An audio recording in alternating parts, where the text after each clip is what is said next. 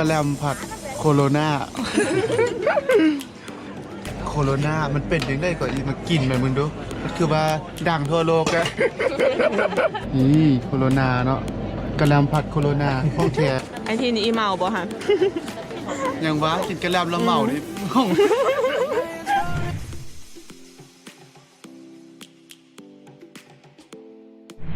สบายดีทุกคนวันนี้เรามาอยู่กับสองเจ้าทีมมาอยู่สองเจ้าทีมมือหนึ่งเนาะวันนี้ตอนนี้เขามาอยู่กันที่ตลาดมือซึ่งตอนนี้กำลังมีงาน ว้าวนี่ดีโอ้ยอย่าไป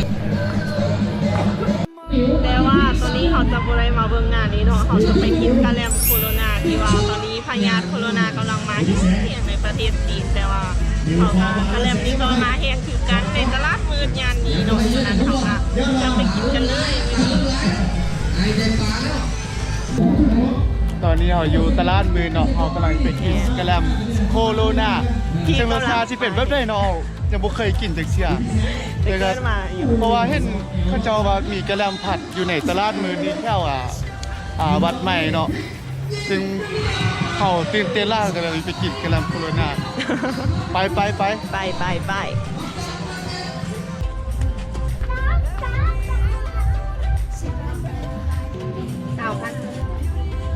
อันนี้มันเนี่ยผลิตภัณฑ์จากโลหะบางหมดเลยเนาะ รหัสใช่ราคาเท่าได้เนาะ ลองท่ามึง ราคาเท่าได้ฮะ350 บาทหน้าหักหัวหน้าหักเลยใช่ คือกันบ่นี่ราคาคือกัน อ๋อดูไงไปนะพี่มือของคนเราเหรอพี่มือของคนเราเหรอ มีหลายแบบเนาะ โดยพี่ซื้อไปให้ผู้เศร้าอ่ะ เอาบ่ เอาอยาก บ่ ได้ ท่าหน้าผู้สาวอยู่ไหนนั่นน่ะเอาบ่ อ๋อสวามา โอ้มีแต่ตัว คือไว้ซื้อให้น้องสะดอก ตัวได้เนาะ ตัวนี้มักตัวนี้ นี่อ่ะ เนี่ย ตัวนี้ก็น่าฮัด ผู้สาวน่าจะมักตัวนี้ ตัวนี้อ่ะ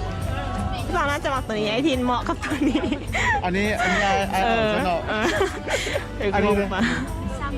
300ตัวนี้เอาแล้วดูได้บ่เอาตัวนี้เนาะชื่อเนาะ เอา เจ้าหลุดให้นี่ เลือดให้ 50,000 ราคาวิเศษ 50,000ก็ได้ป่ะเนาะได้เนาะนี่เอาแล้ว เย่ 50,000เนาะ ไส้เปเด้อจิ๊บนะ สรุปไปได้กินบ่ดีกะลำนี่ อันหมดอัน แม่ตลอด กลางทางก่อนแม่กลางทางก่อน เดี๋ยวงบประมาณหมดก่อน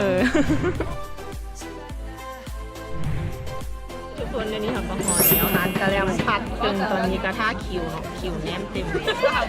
จังหวะจะมีรถยังเดเนาะน่าจะมีไล่รถอยู่ อันนี้เมนูเนาะท้าคิวอยู่มื้อนี้เรามากินกะแลมผัด แต่รถไม่เคยกิน โคโรนาจะได้ค่ายดี เอาซิกเนเจอร์อันหนึ่ง ร้านว่าจะเป็นโหนมโอริโอแล้วก็ช็อกโกแลตคิดแคทใส่เครื่องคิดแคท เยอะอย่างเยอะ เอาตาเขี้ยว สาเขียวเนาะ มักตาเขี้ยวอยู่หรอ เอาสาเขียวอันนี้เราสร้างรสสาเขียวเนาะอยู่มักกินสาเขียว วิธีการเฮ็ดกะแลมผัด มีแต่เจ้าเดียวอยู่ร่วงเฮาบาง ปกติก็มักทุกรสเลย กินได้มาทุกรส อันนี้แม่ค้าของเฮาดอน แนะนำมา แนะนำ ว่ามีสาเขี้ยว น่าฮักเลยซื้อปิ้งเนาะเลยผู้ได้มาร่วงเฮาบางจ้ะมาอุ่นนู่นได้อยู่ตัวหน้าวัดใหม่เลย มีแต่สักค่าเดียวหนึ่งร่วงเฮาบางมันบ่อ๋อ ได้แล้ว ตอนนี้นะ ชิมเบิ่ง อันนี้บอกก่อนว่าบ่เคยกินมาก่อนเราแท้ ครั้งแรกเนาะ ครั้งแรก จัดไป ไม่แท้จะบ่ได้กินแท้ๆได้กันดิ ก็ตอนนี้ได้กิน เลยไปได้รสชาติคำแรก แบบคล้ายๆแบบสาเขี้ยวแบบแจกแข้ง สาเขียวใจแก่ แจกอะไรแจกแบบมันจะบ่คือแบบกระแลมทั่วไปอะนะกระแลมทั่วไปเขาจะกินแบบเป็นรสชาติแบบมีมากมายโบแต่อันนี้จะเป็นแบบคล้ายๆแบบออร์แกนิกก่อนห้างจังนะ เอาแต่แซวเนาะกินมันหมดเด้อ ตอนนี้เรามา เมนูที่เรารอคอยเนาะกะแลมผัดโคโรนา เอามาลองเบิ่งว่ารสชาติมันเป็นแบบใดกะแลมกับเหล้าหรือเบียร์โคโรนา เบียร์ เบียร์เนาะนี่เป็นพ่อค้าเฮามาจัดให้เองเลยนี่พิเศษสำหรับเฮาพิเศษสำหรับเจ้าถิ่นเลยเนาะนี่เนาะ มาลองเบิ่งว่ากะแลมโคโรนาเป็นแบบใด ไม่หนึ่งกันเนาะเดี๋ยวได้เมา ไส้เมาเนาะไส้เมาไปสนใจมาได้เนาะฮานี่เนาะกะแลมผัด ผักใจเบียร์ นี่มาแล้วเรียกเป็นก้อนมาแล้วเนาะเคยกินแต่กะแลมทั่วไปบ่เคยกินกะแลมใส่เบียร์ กินแล้วเมาวันนี้พ่อค้ากินแล้วเมาวันนี้เพิ่นว่าเฮ็ดพิเศษให้เฮาเลยนี่ นี่คือวิธีการเหมาแบบใหม่นี่ เนาะ ก็เมาแล้วไปกินห้องว่างไปนอนเลย การเหมา กินห้องว่างก็เมาเลย แปลกใหม่เนาะพิเศษเลยมาแล้วโคโรนามันเป็นยังไงก่อนอีมากินมันมึงดูมันคือว่าดังทั่วโลกอะ มันคือว่าปั่นป่วนทั่วโลกแต่มากินมันเบิ่งดูโคโรนาเนาะ นี่โคโรนาเนาะกะแลมผัดโคโรนาห้องแท้เมาเลยมื้อนี้กะแลมผัด โคโรนากิน ร ห้อ ส ง ชา ว่าง ติเป็นแบบไหนลองมาชิมมันเนาะ ไอ้ที่นี่อีเมาบ่ฮะ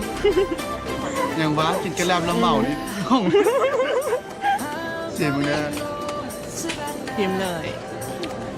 เป็นจะได้ คำแรกนี่เป็นแบบมีนมเนาะมีนมแล้วแต่ว่ากินเหล้าโคโรนานี่ แต่ว่าเป็นซอยผสมที่ลงตัวแล้ว ชื่อใจไส้เมาบ่ อยากได้หมอด้วยมัก ให้มากินข้า ให้ ว มั ว่าก นแล้ว เนาะ เมาไป มา นะ สร้างน้ำแม่ค้าได้เนาะ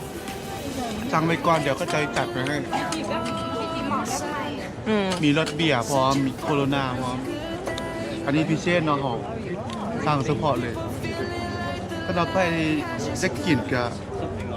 บอกวันใดเดี๋ยวเพิ่นเกี่ยมให้เนาะเอายื้อลองชิมเบิ่งเป็นอะไร ฟังว่าจะบ่เมาเนาะ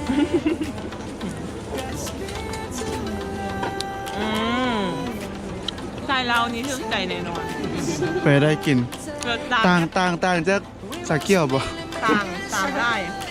นี่จะได้รสชาติแบบออกนมแล้วก็แบบผสมเหล้าแบบ โอ้ ใครที่มักกินเหล้านี่ลองเลยเพราะว่าทั้งกลินหอม ทรายเหมาห้ามพาดโคโรนานะจ๊ะ เบิ่งนี่มึงต้องคงอยู่จนเบิดละเดี๋ยวถ้าสนใจเนาะมาที่หน้าวันใหม่ได้ คนเดี๋ยวนี้ก็ได้เวลาที่จะต้องกลับบ้านแล้วเนาะมื้อนี้ก็เลยมากินเตรียมทางกับกะเหรี่ยงโคโรนาเนาะแต่ว่าฟ้าทองนี้เราจึงว่าให้ที่ว่ามาลงพระบางค่ะอย่าลืมมาแวะซิมเนาะกะเหรี่ยงโคโรนาแซ่บหลายจึงว่าก่อนจะไปกับข้อฝากต้องเจ้าทินไมเดเนาะแล้วก็ต้อง YouTube ต้องยูขึ้นให้สำหรับมือนี้เนาะก็ขอลาทุกคนไปก่อนจังว่าคลิปหน้าจะเป็นอะไรบ้างก็ติดตามได้เลย